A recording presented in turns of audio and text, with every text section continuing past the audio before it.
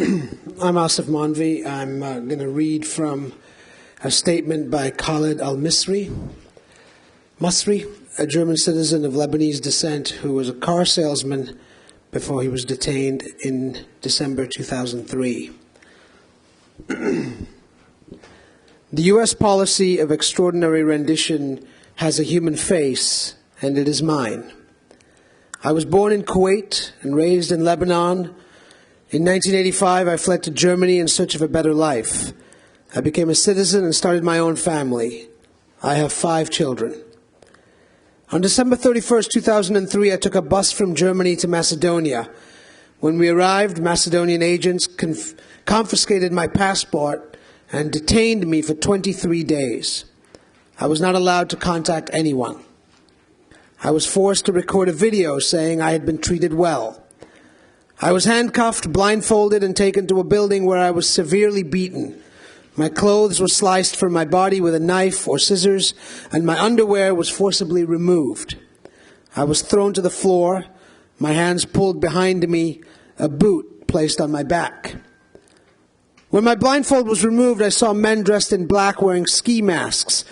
I was put in a diaper, a belt with chains to my wrists and ankles, earmuffs, iPads, a blindfold, and a hood.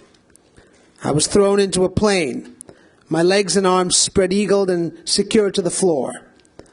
I felt 2 injections and became nearly unconscious. I felt the plane take off, land, and take off. When we landed again, I was beaten and left in a dirty and cold concrete cell with a bottle of putrid water. I was taken to an interrogation room where I saw men dressed in the same black clothing and ski masks as before. They stripped and photographed me and took blood and urine samples. I was returned to the cell. The following night, my interrogations began. They asked me if I knew why I had been detained. I did not. They told me I was now in a country with no laws, and did I understand what that meant? They asked me many times whether I knew the men who were responsible for the September 11th attacks, if I had traveled to Afghanistan, and if I associated with certain people in Germany.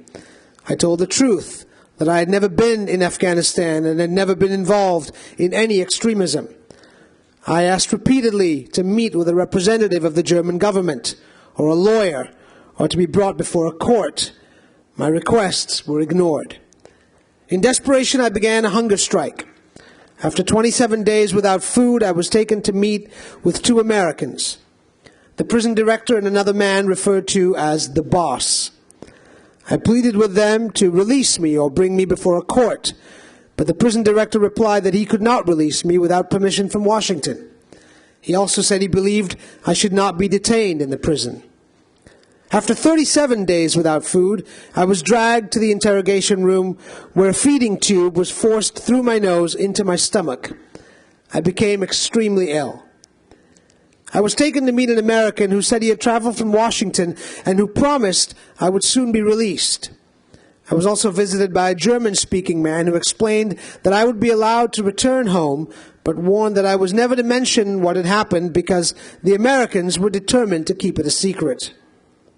Almost 5 months after I was kidnapped, I was again blindfolded, handcuffed, and chained to an airplane seat. I was told we would land in a country other than Germany, but that I would eventually get to Germany. After we landed, I was driven into the mountains.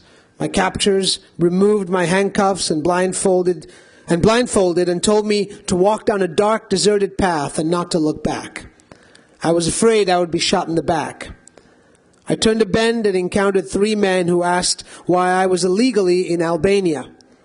They took me to the airport, where I bought a ticket home. My wallet had been returned to me. I had long hair, a beard, and had lost 60 pounds. My wife and children had gone to Lebanon believing I had abandoned them. We are now together again in Germany. I still do not know why this happened to me. I've been told that the American Secretary of State, Condoleezza Rice, confirmed in a meeting with the German Chancellor that my case was a mistake, and that American officials later denied she said that. No one from the American government has ever contacted me or offered me any explanation or apology for the pain they caused me.